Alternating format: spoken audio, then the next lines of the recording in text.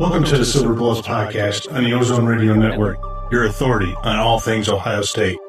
And now, here are your hosts, Shannon Sommers and Eric at the BBC.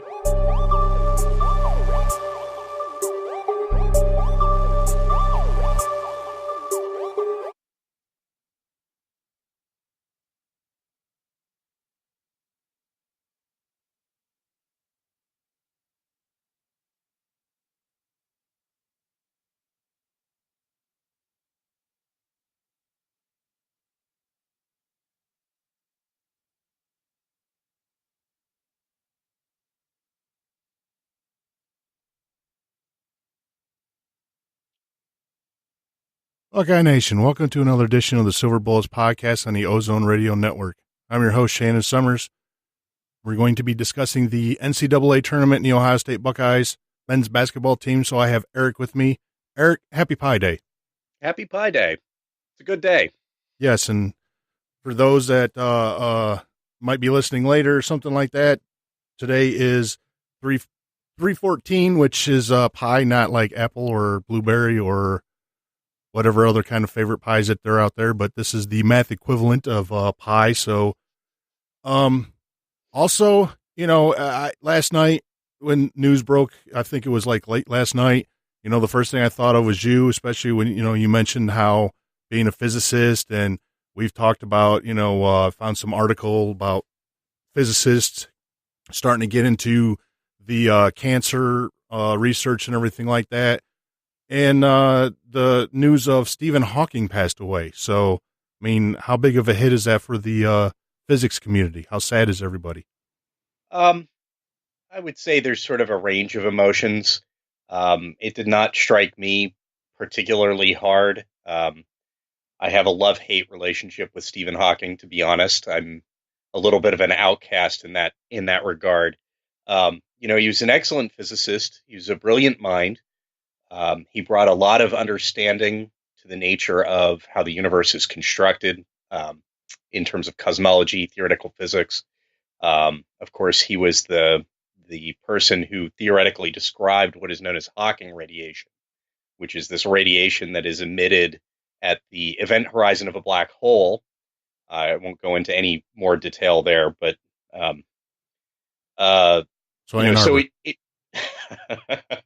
Darn it, Lent. Yeah, exactly. We're still in Lent, dude. Anyway, so, yes, it's a sad loss, but in the same breath, there's two things I think of that, sort of help make it a little bit more comforting.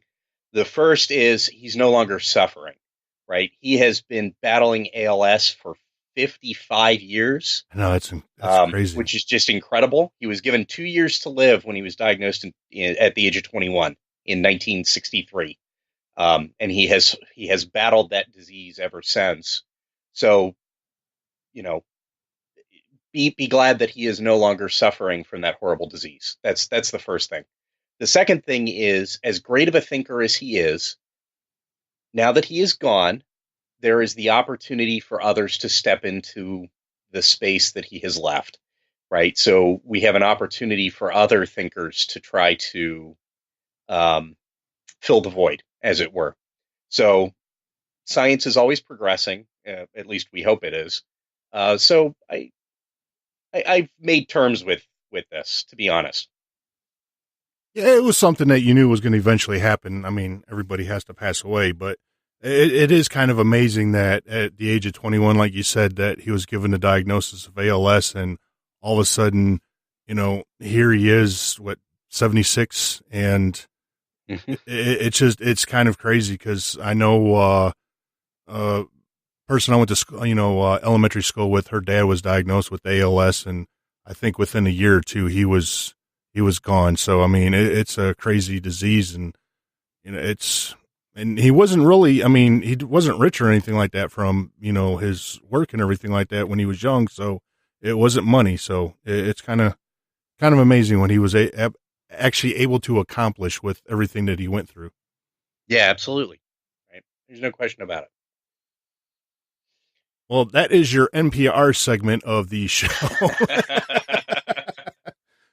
If anyone maybe. wants a bigger description of what Hawking radiation is, I'll be more than happy to provide it in some other forum. I just don't want to bore you guys to tears. Yeah, and they're like, wait, we turned this as basketball. Why are we talking about Stephen Hawking and pi and all this other stuff? Well, sometimes you have to broaden your horizons, and I know you work with the physics and all that, and I don't Yep. myself, but I like to try to keep teaching myself different things and learning different things. And I mean, I That's a good know, thing to do. yeah, I know you do the same thing, because when I came across that article, I shared it with you, and you were thankful. And like we said, just bringing in physicists in order to think outside the box and not be, as we were talking, boxed in by the regulations and all that other stuff to try to figure out a cure that was something that hopefully is going to prove to be a door opening, really, for fighting the disease and eradicating it, hopefully. Right. He's of course talking a cure for cancer. Yes. Which is also something I would very much like to see. Cancer has struck my family in a number of different ways. So, and as it has struck Shannon as well. So, there are a number of these things that physicists would love to help out on. There's plenty of ways that we can apply our understanding of scientific principles and understanding of how to attack a problem. So it's nice to be able to see that our field can help out in ways more than just staring up at the sky and seeing what's out there. That's it. Now, that's a perfect segue when you say, figuring out problems. One of the biggest questions that I have, and we will discuss more in depth when we talk about the NCAA tournament, but let's talk about the problem of Penn State for the Ohio State Buckeyes and how they just, 3 times. Yeah, it was shocking to me actually that they were able to get that third win. I've struggled with the understanding of the why for the last week or so. Not that I've been pouring a whole bunch of mental effort into it, but there's a lot of people who have described Penn State as perhaps a matchup problem for the Buckeyes, and maybe there's something to that. I know I had argued in an earlier podcast that no, Penn State is not a matchup problem for us. It's just that we caught them at the wrong time. And I still think there's something to that as well, right? That first game we played them, we had played a number of games in very rapid succession right before playing Penn State. Not to mention Penn State got really hot from three, shooting 80%. And really, if any team shoots 80% against you, you're going to have a tough time beating them, especially 80% from three. So the very fact that we lost that game on a last second 3-pointer shouldn't be forgotten. The Buckeyes put up a good fight there.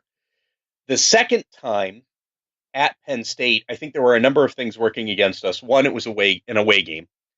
Two, the Buckeyes were still tired from all the games that they had played. Three, they were probably a little amped up or a little nervous about having to play the Nittany Lions again, having already lost to them once. And then four is something that we've talked about primarily earlier in the season, but also a little bit more recently, that Keita Bates-Diop is much better at his game when he doesn't have to be the focus, or more accurately, doesn't have to worry about producing for the team, right? When CJ Jackson, Musa Jallow, take your pick, Cam Williams, Jayshawn Tate, I almost said JT Barrett, Jayshawn Tate, when those guys are producing at a high level, it takes pressure off of Keita Bates-Diop, and then he can just go play his game. And that's when he's best. But when he has to be the guy and the sole focus of the team, the Buckeyes struggle. And against Penn State, at Penn State, I think Keita Bates-Diop felt like he had to put the team on his shoulders a little bit, and we struggled. His shooting numbers that night were atrocious. And I think a lot of that was mental. He was trying to do too much, trying to force things, and just not letting the game come to him. And then you go into the third matchup in the Big Ten tournament. There was probably a little bit of, well, crap, we have to play them again, right? And okay, the Buckeyes put a little bit of better effort into it than they did at Penn State, but they still couldn't secure the deal. So is it a matchup problem? Maybe. There are a lot of great players on Penn State's roster.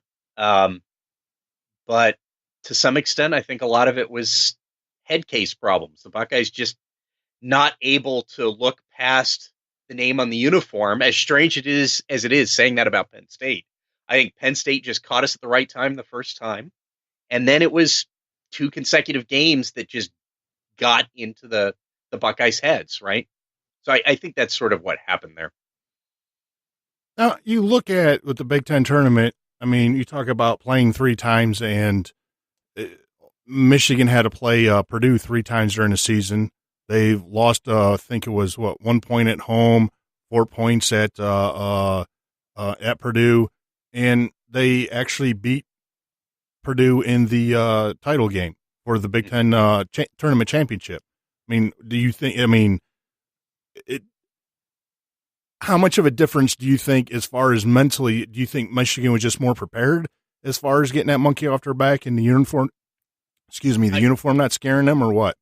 I think it was a little bit easier for Michigan. Yes, they had lost two games, but they had lost two very close games. One, by 1 point at home and by 4 points at Purdue. So really, all they had to do was talk about what adjustments they needed to make to just play their game a little bit better.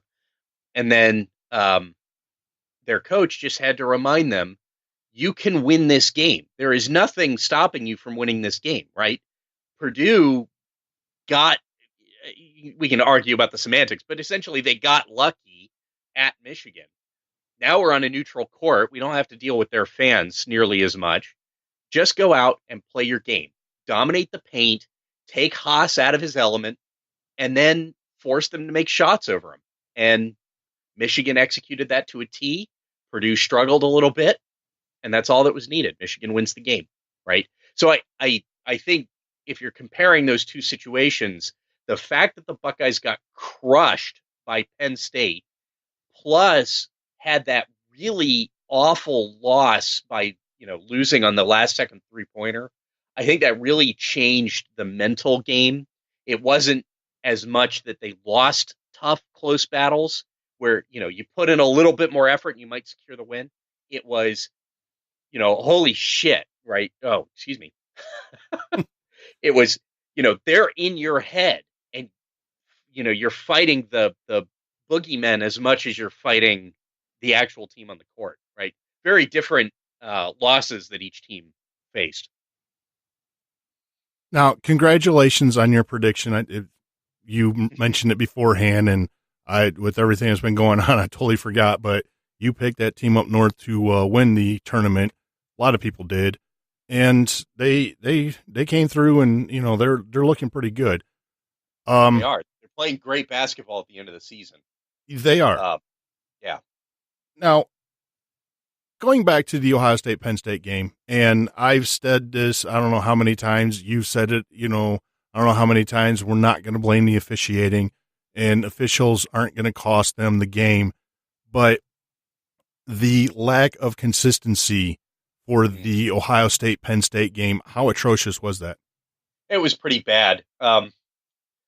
It's been 2 weeks since that game was played, so I have a little bit of a memory hiccup, but I do remember that the consistency was pretty bad. And what I mean by this is, on one side of the court, you call, say, the ticky-tack foul, where maybe you get a hand check or the player does the push-off. This was what was really egregious.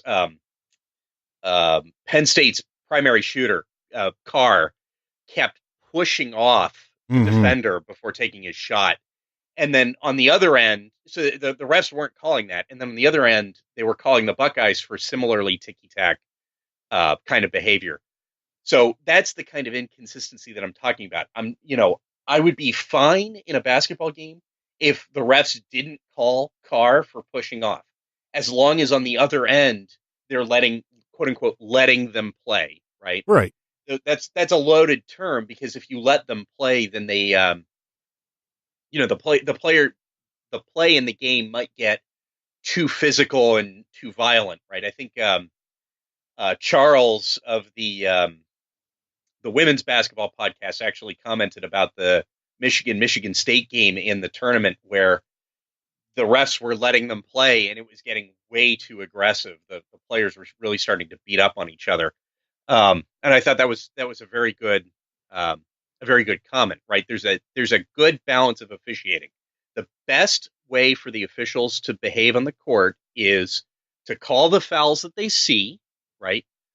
And to make certain that the game is played the right way and that you don't let the players get a little bit too uptight about things, right? But at the same breath, you also don't want to clamp down on it too much. You want to let them play in some regards, right? So there's this delicate balance of trying to make sure the game is called properly. But when we talk about consistency in the calling, what we don't mean is that the two teams have to have exactly equal numbers of fouls. That's not a true statement. Thad Matta was always very good about teaching his players to play defense without fouling. So if you go back and look at the statistics over Thad Matta's 13-year career at Ohio State, the Buckeyes have far fewer fouls than their opponents. And part of the reason for that is simply that they played solid defense without making physical contact with the opponents. So there was nothing for the refs to call. I know a lot of opposing fan bases used to get really upset about that. But that is not consistency. Balancing the numbers is not consistency. Consistency is when you see the same thing, you call it the same way on both sides of the court. Yeah, it's funny that you say that because I think statistically they were kind of dead even almost foul, call or however you want, foul charged, whatever you want to call it, for each team.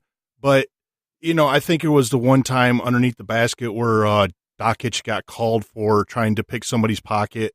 And then all of a sudden, Keita Bates-Diop has got like 2 or 3 guys on him, mugging him, and there's no whistle.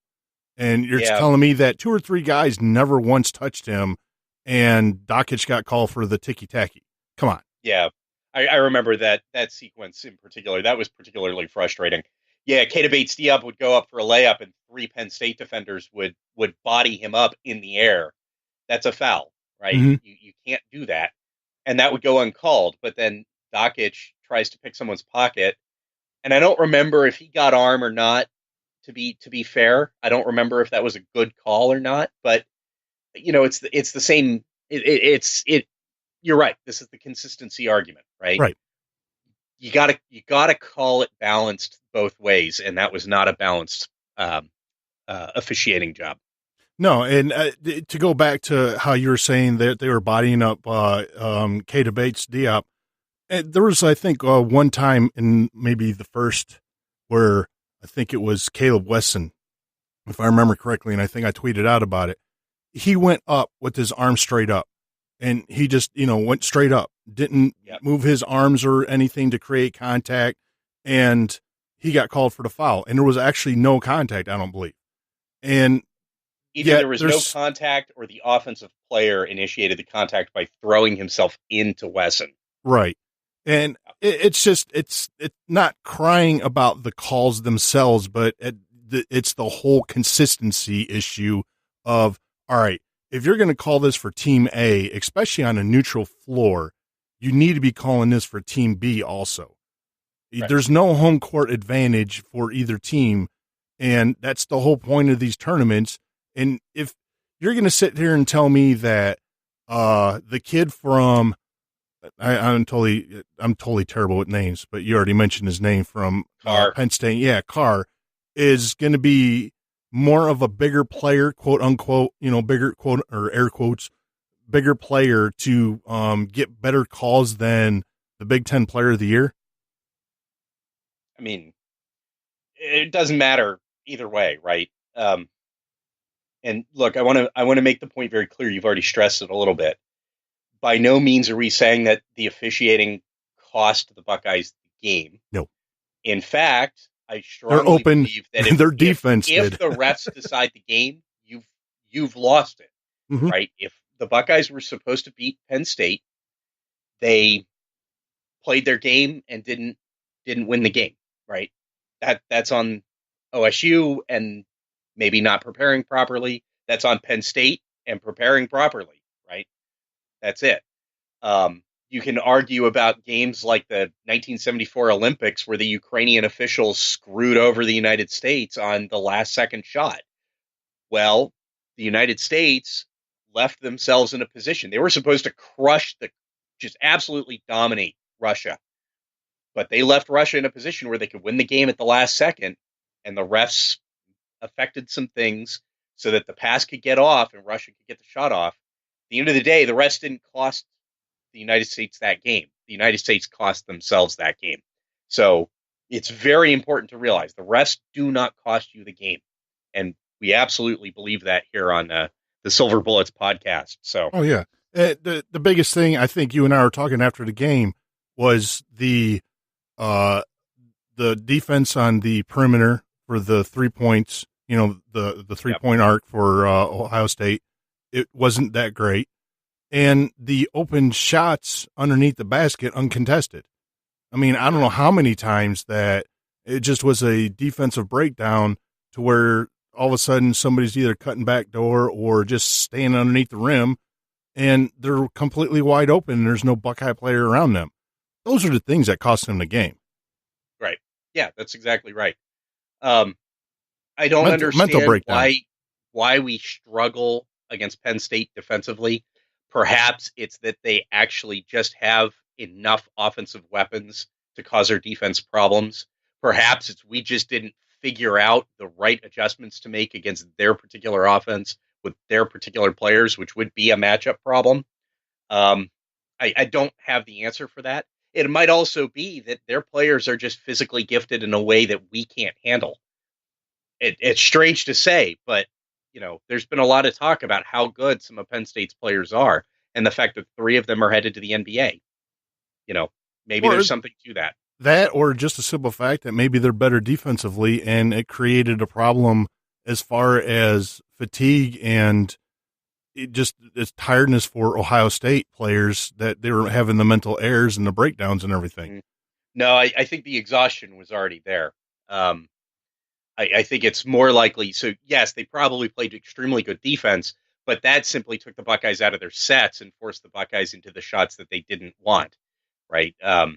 This is something that we've seen regularly in OSU's losses where, you know, Cam Williams is putting up a shot that we don't want, or Keita Bates-Diop is putting up a shot that we don't want, or, you know, heaven help me, Jashawn Tate misses another easy layup. It's going to kill me. Yeah, there was a lot of those. There was a lot of that, right? You know, and again, not blaming Jashawn Tate for the loss, right? Well, Keita Bates-Diop had a lot of missed. You hit him, and sometimes you don't. Yeah, right? KBD had a lot of missed layups too. Yep. So I mean, it was just a. I mean, I'm not going to sit there and say perfect storm, snowball down, rolling down a mountain type deal, but it just. Penn State got us at the right time. Yeah. All 3 times this year. And you know what? Them's the breaks. Well, and the worst part is, right, and the worst part is, you look at Penn State, all right, you just said 3 guys probably going to be playing in the NBA, and yet here we are that they're in, I mean, I haven't even looked, and they're in the NIT. Yeah, so, I mean, you can't spell NIT without the Nittany Lions. Right. Them's the breaks, right? Sometimes you lose against teams that are not quite as good as you. It's college basketball, right? You know, sometimes there's a matchup problem. Sometimes a team just shoots from the outside better, and sometimes it's just their night. That does happen. It's one of the frustrating parts of college basketball. They're on that night, you're off that night, and you're heading for a bruising. That's it. With that being said, and harping on the whole Penn State games and situation, I know on Acosta Field last night with Tony and Tom was harping a lot on about how South Dakota State, who Ohio State's going to be playing, since this will be coming out on Thursday, it'll be this afternoon at 4 p.m., that they're going to be playing South Dakota State, who is a 3-point shooting team, a small lineup, kind of like a Penn State. So how much of an issue do you think this is going to be for the Buckeyes?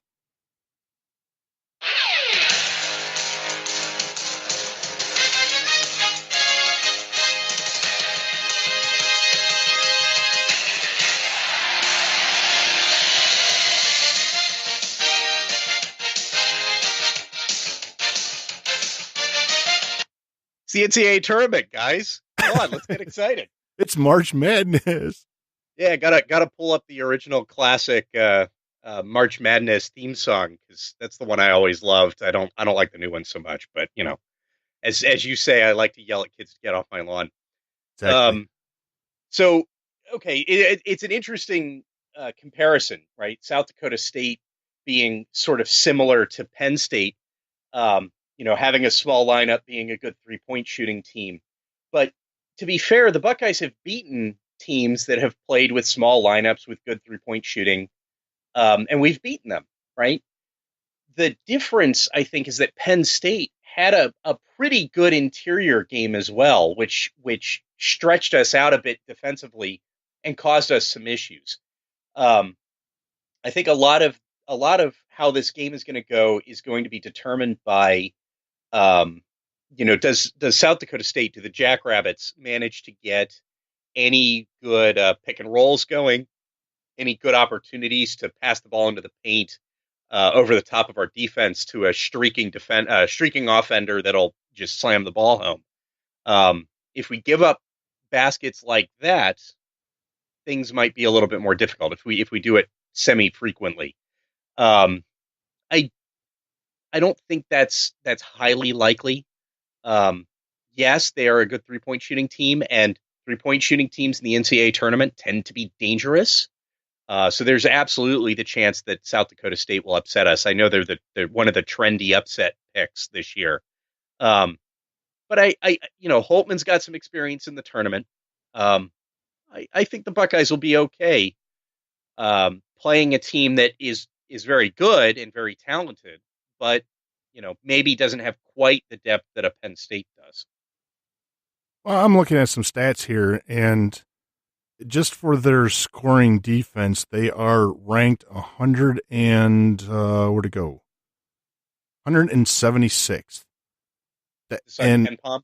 No, this is just on team rankings for the this is team defensive efficiency.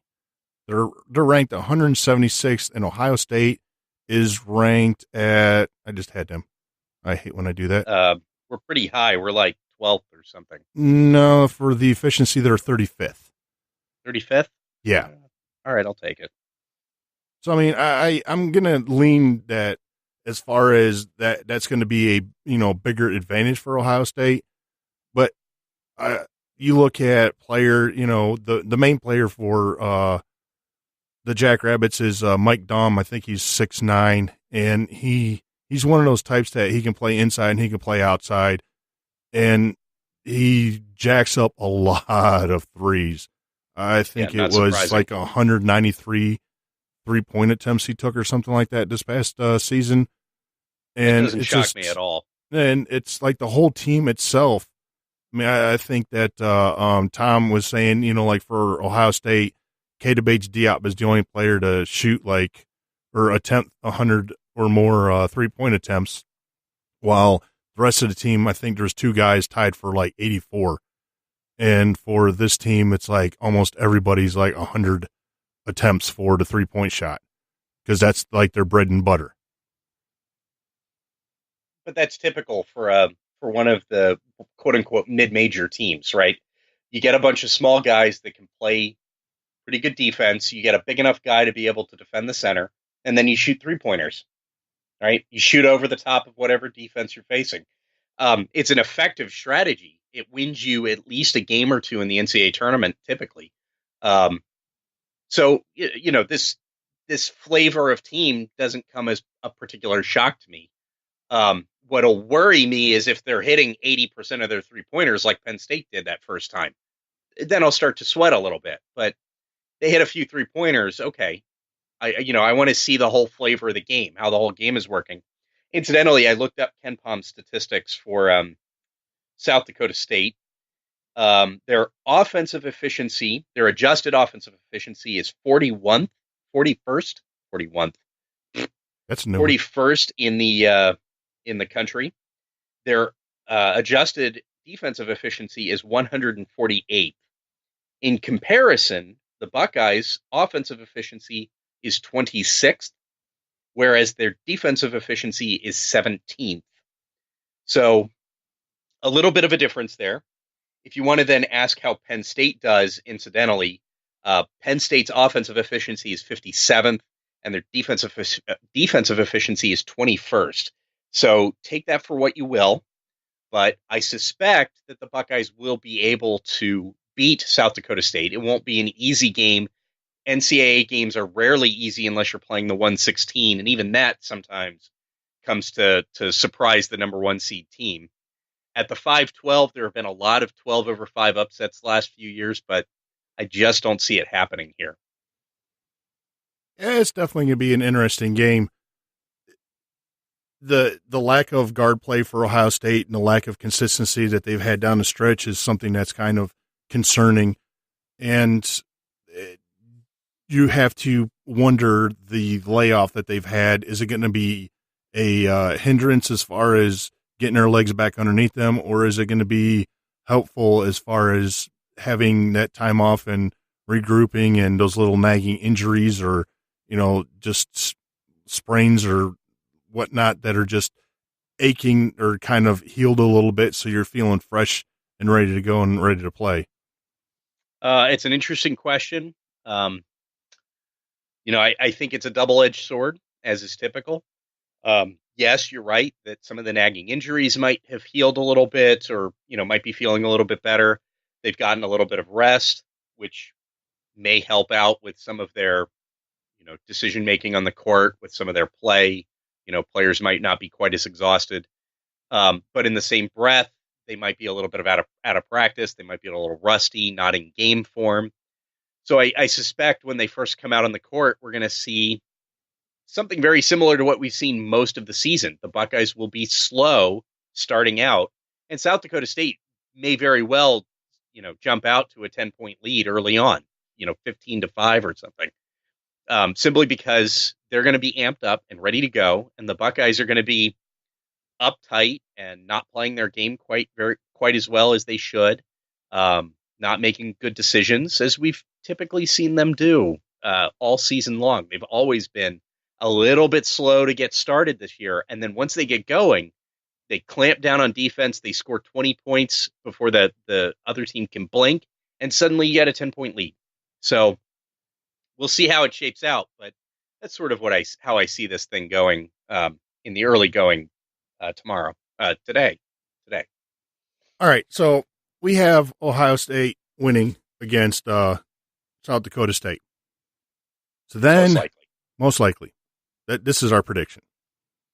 So then we're going to have to look forward to round number 2, which would put us at the possibly a rematch against Gonzaga, who I think it was early November when the Phil Knight, they went out to, was it Vegas? And it was mid-November, and I think it was played in Oregon, maybe? Played in Oregon. Yeah. Yeah. And they just got throttled. Well, to be fair, they started out reasonably well against Gonzaga, and then Gonzaga went on a big run roughly right before the half and coming out of the half. They went on something like a 20-point run, and the Buckeyes could never recover from it. As you may recall, that was a common theme for this team early in the season, that they would let a good team get away from them and just not have anything in the tank, not have any idea how to fight back and make a comeback, or not have any idea how to stop the run. They eventually sorted that out. In early January, the Buckeyes started to sort of figure out how to keep that from happening, how to keep the pressure on, not let up on defense, not let the other team start making a run, and then not get down on themselves when the other team did make a run, right? Teams are going to make runs on you. It happens. The game of basketball is frequently called a game of runs because that's how this is done. Mm-hmm. So I suspect this time, if Ohio State gets to play Gonzaga, it'll be a little bit closer. Um, I suspect that the Buckeyes will put up a much better fight against the Zags, but ultimately, I think Gonzaga will still steal the win. I think they are a slightly better team. I think they're a little bit more talented, and they've seen the Buckeyes before. They know the kind of players we are. They know how to defend us. So plus they're basically playing a home game. We're playing this in Boise, Idaho, and Gonzaga's from Washington. So basically next door. Um, so I think this will ultimately end up going the wrong way for the Buckeyes. There is that possibility, but then, all right, say they beat Gonzaga. I think you said something about like with the Ken Palm, with the stats you were playing with and stuff, that it could be like a 1 point game that Ohio State could actually pull off. Right. There's a way you can take the Ken Palm statistics and calculate a predicted score for the game. You should really use it as a method for calculating a predicted spread, which, okay, maybe you gambling aficionados might find interesting. But the Ken Palm statistics, when you work out Ohio State versus Gonzaga on a neutral court, suggests that it's only about a 4-point spread in Gonzaga's favor. So it's not so big of a spread that the Buckeyes couldn't overcome it from a statistical perspective, right? Maybe 2 games out of 5 the Buckeyes could overcome it, or whatever. You'd have to look at a whole bunch of different statistical distributions to figure that one out. But yes, it is entirely possible that the Buckeyes could beat Gonzaga if they sort of catch them on the right night and have a particularly good game. They could make it to the Sweet 16 by winning over that pod.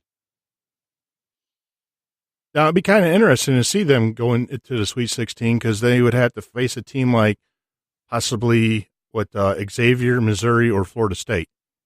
It would most likely be Xavier. I don't see Missouri or Florida State being good enough to take out Xavier this year. Yeah, I'm not sold on any teams that, especially if they're ranked number 1 this year, as far as being a true number 1. And it just to me this year seemed like it was really, really inconsistent as far as, what you've seen. I mean, we were sitting here talking about, I'm looking at the bracket for Dan Dakich right now, and he has Ohio State winning it all. He has Ohio State playing Michigan State in the national. For the title and winning it. Wow. He also has the Buckeyes beating Michigan in the Elite Eight. That would be so awesome. But yeah, it would be awesome. I just don't see it happening. I don't. I mean, and it's not anything for. It's just Ohio State lacks a couple of things, and we've talked about that during the season. And some of the things that we wanted to see, we were able to see from the team. It's the leaders stepping up. A little bit better of guard play and controlling the ball, limiting their turnovers. And they were doing that, and they were looking really good during that stretch. And I know what the Costa Field and Tony one time was mentioning, had they already peaked? And when we talked about it on the show, you were like, well, maybe they haven't peaked yet at all. Well, maybe they did, and it just – I mean, they had a stretch where they were actually playing consistent, but I think for the last, I don't know, let's see, after the Iowa game, that's where their consistency fell off. Yeah, I think so. But again, and I want to emphasize that there's probably a good piece of they just simply got tired, right? They were pushing really hard, playing good basketball, and it fell apart on them when they were just too weary to do it. And then they started losing confidence, right? It's a lot easier to hit shots and play good basketball against good teams when you're confident that you can beat them, or you're confident you can play a really good game. When you lose that confidence, that's sort of when you fall off the peak a little bit. But to be fair, they've only lost to, what is it, 3 teams, Penn State, Michigan, and Penn State, so 2 teams, since they sort of fell off that cliff, if I'm not mistaken. So, in the grand scheme of things, maybe it was just the type of teams they were playing, right? Maybe, right? We'll have to wait and see, right? Yeah. I'm hemming and hawing. Go ahead and jump in here anytime. Yeah, I'm just looking, I'm still stammering looking at Dan Dokich's bracket. And he's got Arizona. Was that Cincinnati? Yeah, Arizona, Cincinnati, Ohio State, Michigan, Villanova, Purdue, Kansas, and Michigan State all going to the Elite Eight. And it kind of way too many Big Ten teams. Way too many Big Ten teams. That's all the Big Ten teams that are in the tournament. In the tournament, making the Elite Eight, that's not going to happen. Right. So you're going to have here. Right. You're saying that the conference that is the weakest of all the conferences right now in the Power Five. Second weakest. Pac-12 was the weakest. Yeah, true. And speaking of that's another thing that I kind of wanted to don't get off track. Finish your thought. But yeah, just to have the only 4 teams that are the Big Ten in the tournament to make it to the Elite Eight, I could see possibly 3 of them. I love my Buckeyes. I'm all for the Buckeyes. I'm not sold on the Buckeyes being able to get there. Yeah, I don't think the Buckeyes will make the Elite Eight this year. I don't even think they're going to make the Sweet 16. I think they get bounced in the second round. That's what's actually on my bracket. So I'm putting my words where my mouth is. So I see Michigan making the Elite Eight. In fact, I think I have Michigan in the Final Four. In fact, I believe I can even state my Final Four. Let's see. Who did I have Villanova losing to? Okay, I remember now. So my Final Four was Cincinnati out of the South, Michigan out of the West, Villanova out of the East, and I think it was Clemson out of the Midwest. Now, would you change your Villanova pick, knowing that they just lost their one of their top players to a broken wrist, I believe? Possibly, but it depends on the matchups. I don't see them having any problem with Radford, Virginia Tech, or Alabama. I don't see them having a problem with West Virginia, Murray State, or Marshall. They could have a problem with Wichita State.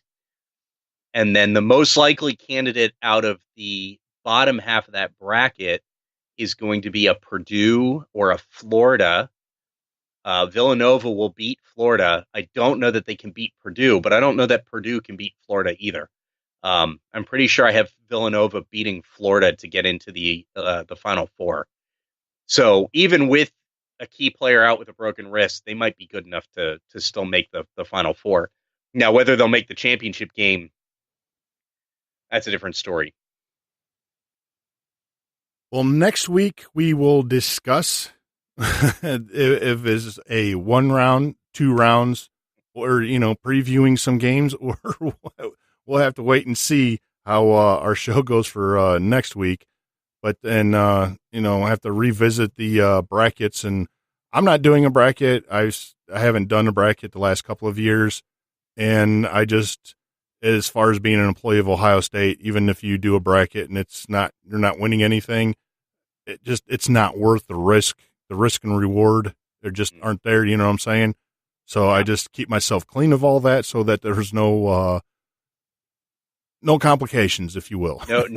No chance of being viewed as being improper. Exactly. So, yeah.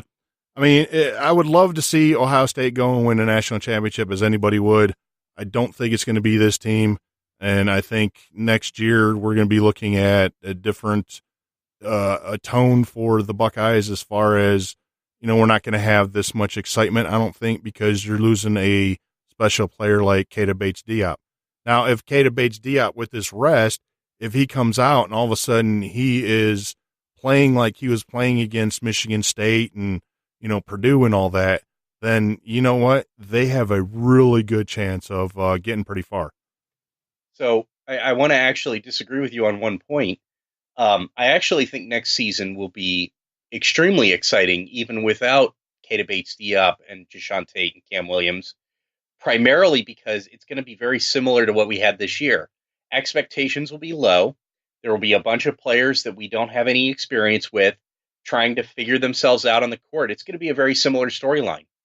And maybe they'll do as well as this team did. Maybe they won't do as well as this team did, and I'm actually willing to lean more to the latter, that they won't do as well as this team did. But it'll still be very exciting to watch, right? It'll be fun to watch. So I don't want to say that that next year's team may not be quite as exciting. But if Keita Bates-Diop comes out and is loose with his game and plays the kind of game that won him the Big Ten Player of the Year, we could make a pretty deep run in this tournament, right? There are very few people that can stop the Buckeyes when Keita Bates-Diop is scoring 30 points a game. Because once he starts scoring 30 points a game, everybody else starts to open up because they start double teaming KBD. Mm-hmm. And if everybody else starts scoring, right, the Andre Wessons, the Cam Williams, the Jashawn Tates, the Caleb Wessons, that really changes the face of what this team can do. No, you're right. It's going to be interesting. And when I say not as interesting, it's not going to be like the let's say the 2015, 2016 Ohio State Buckeyes. Those teams were just as like, oh, you just want to claw your eyes out and not watch basketball anymore. I stopped watching basketball for those years because I couldn't stand it. The feel of the team was wrong, was off. The few times that I actually turned a game on, I couldn't stand it. It just didn't feel right. So yeah, I know exactly what you're talking about. I'm sorry, I'm just having all these flashback feelings. Aaron Kraft just hit that 3-point shot against Iowa State. I've got the Ohio State basketball game in the background from what year did we say it was? It was 2012, I think. Yeah, and 0.5 seconds left, and Kraft hit that three to go up 78-75, and just all them feelings came back. It was like, yeah, that was awesome. Yeah, that was a sweet shot. And LaQuinton Ross's shot the week before against, I think that was Arizona. I think he did that against. That was a sweet shot too. Neither one of them quite tops Ron Lewis's 3-pointer against Butler to tie it up and send us to overtime in 2007. Yeah. That shot, I've replayed that. What's his name? Gus Johnson. That Gus Johnson call I've replayed a million times since that shot occurred, and I'm sure a lot of Buckeye fans have too. That was such a sweet call. There have been some good memories from the Mata years. The last, lots of great games in the NCAA tournament that these Buckeyes have played. It'd be nice to see Chris Holtman put together some really exciting games as well. Oh, and speaking of Thad Matta, it was nice as far as just being a Buckeye fan to see him turn down the Georgia job, because I guess he was offered the Georgia job with like $16 million or something. It was 5 years, $15 million. Was it? Yeah, at least that's what I saw quoted. I have mixed feelings about that. Yes, I agree. It's going to be very weird to see Thad Matta on, wearing someone else's colors and sitting on someone else's bench. But, I know how passionate he is about coaching and how good he is at coaching. So, part of me wants to see him come back and, continue to be the great head coach that he was, and continue to teach young men how to be, how to be good citizens and good men and, pillars of the community and all that. Oh yeah. There's a lot of reasons why I'd want to see him come back, as much as I would loathe to see him come back in someone else's colors. But also, what was I going to say about that? Oh, I still don't know that he's healthy enough yet. I know that he was required by his contract to keep looking for opportunities in order to continue to earn the paycheck from OSU. But I don't know how serious he is yet, given the fact that he turned down Georgia and said that he really couldn't do them justice. Sort of lends me to believe that maybe he's not well enough yet. Yeah. And as far as saying that, I'm glad to see him turn it down just because, A, like you said, seeing him on another sideline, and B, let's not be trying to bring up the SEC. Yeah.